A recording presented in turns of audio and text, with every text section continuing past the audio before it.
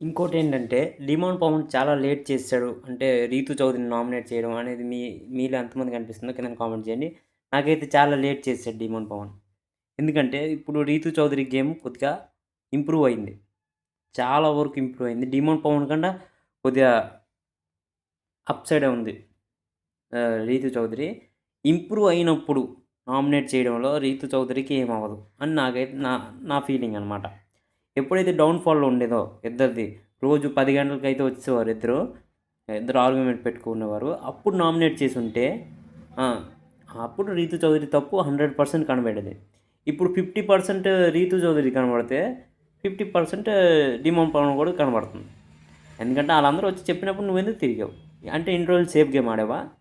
అని అడుగుతారు 'డిమాండ్ పవన్‌ని.' ఇప్పుడు ఇంప్రూవ్ అవుతుంది కాబట్టి 'రీతు చౌదరికి' ఏమి అవ్వదు, ఏమి ఎఫెక్ట్ అవ్వదు గేమ్ వైస్ అనేది నా ఫీలింగ్ అనమాట. మీరెట్లా అనుకున్నారో కింద కామెంట్ చేయండి. ఇప్పటి నుంచి రోజు 10 గంటలకి 'డిమాండ్ పవన్' ఇంకా 'రీతు చౌదరి' కనబడిపోతున్నారు అని మళ్ళీ ప్రూఫ్ అయిందనమాట.